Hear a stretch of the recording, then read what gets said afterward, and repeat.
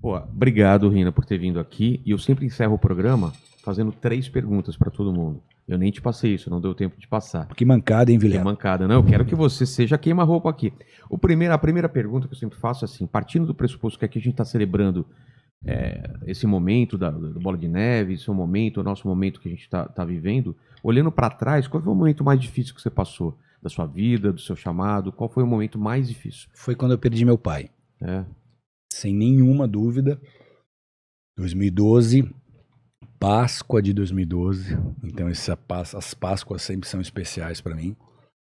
Nós estávamos na praia, eu percebi ele meio triste, meio cabisbaixo. Ele já tinha só 30% do coração funcionando, mas ele nadava todo dia, 1.000, 2.000. Ele queria muito viver para ver os netos crescerem, apaixonado pela vida. Muito engraçado, muito divertido, muito presente. Onde ele passava, ele deixava a marca dele ali. Muito meu amigo.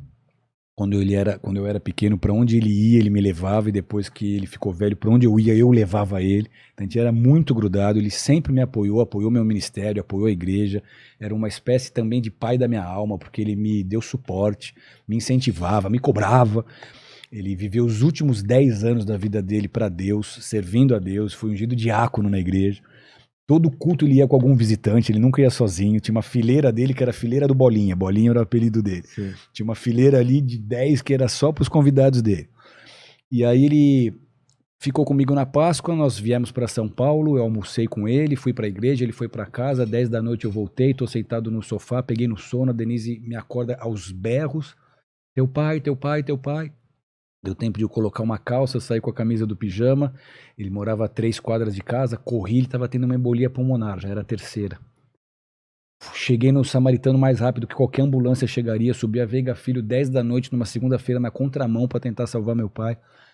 Quando eu cheguei na porta do hospital, eu tirei ele do carro, fui tentar botar ele sentado na cadeira, ele me olhou assim como se estivesse vendo o mundo espiritual se abrindo, arregalou uns olhos assim, eu vi que ele tomou um susto, ele apontou para mim, tipo, você tá vendo isso? Ele fez assim e apagou.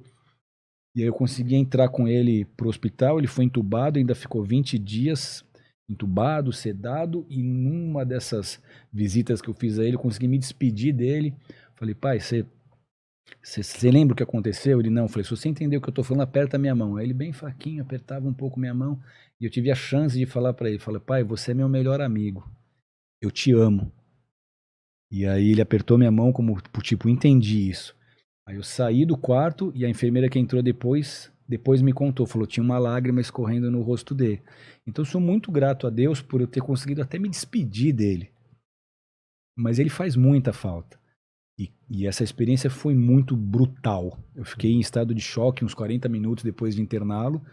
E depois que ele faleceu, eu fiquei uns 4 dias sem dormir, porque eu deitava a cabeça no travesseiro, me batia uma angústia tão grande, era um nó que eu sentia no peito. Como foi difícil, meu Deus. Mas também foi um período que eu tive poderosíssimas experiências com Deus. 7 dias depois eu já tinha que pregar, eu já estava pregando e Deus me deu uma palavra sobre a morte. Sobre o que era a morte para o cristão, com base numa frase dita pelas mulheres de Jerusalém quando Jesus está carregando a cruz para ser crucificado. Elas estão chorando e as mulheres do Oriente Médio choram alto. E ele está dizendo, não choreis por mim. Chorai por vós mesmas e por vossos filhos. Então, o que Jesus quis dizer com isso? Não era legítimo elas estarem chorando? E aí Deus me deu todo um sermão em cima disso. E eu tive muitas experiências com Deus nessa fase. Mas eu passei um luto duro. Eu lutei 1 ano para não entrar em depressão. Foi a fase, sem nenhuma dúvida, mais difícil da minha vida. A segunda pergunta tem a ver com morte mesmo. Que, como você disse, todos nós, a gente vai morrer um dia. E a gente tem uma coisa maravilhosa hoje em dia que não tinha no passado, que isso vai ficar para sempre. Esse vídeo aqui vai ficar para sempre. Tudo que o Bola de Neve, a página está colocando, as pregações e tal. E eu queria que você deixasse as últimas palavras. Quais seriam, se você tivesse chance, que a gente nunca sabe o momento que vai partir, né? Quais seriam as últimas palavras do Rina? Algum ensinamento, alguma coisa para o mundo, assim, ó. As minhas últimas palavras, se eu tivesse chance de dizer, seriam essas. Entendeu? Essas palavras seriam: vivam por aquilo que vocês creem. Se vocês creem em Jesus, vivam a verdade do Evangelho.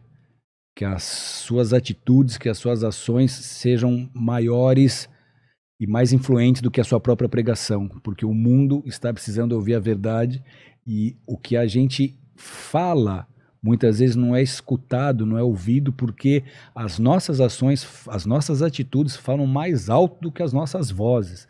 Então sejam legítimos, sejam autênticos, vivam como aqueles que sabem o que estão fazendo, que transpiram e que transbordam o amor de Deus e a presença de Deus, sejam testemunhas vivas, sejam cartas vivas de Jesus nessa terra. E aqueles que nunca tiveram essa experiência, que nunca procuraram se espiritualizar, que nunca pararam 5 minutos para pensar, poxa, um dia eu vou morrer e tudo vai ficar, eu vou encontrar o quê? Para esses, o que eu preciso dizer é, Jesus, quando morreu na cruz, ele resolveu esse problema, porque ele venceu, inclusive, o nosso maior inimigo, que é a morte. Para esses, eu diria, estudem o Evangelho de Jesus, estudem os ensinamentos de Jesus, creiam em Jesus, creiam naquilo que Jesus fez na cruz do Calvário, porque só ele tem poder para perdoar os nossos pecados e para nos garantir não só uma vida boa, cheia de paz e alegria nessa terra, mas também uma eternidade num lugar bom que ele tem preparado para nós, ao lado de Deus, com as pessoas que nós amamos e que também creem.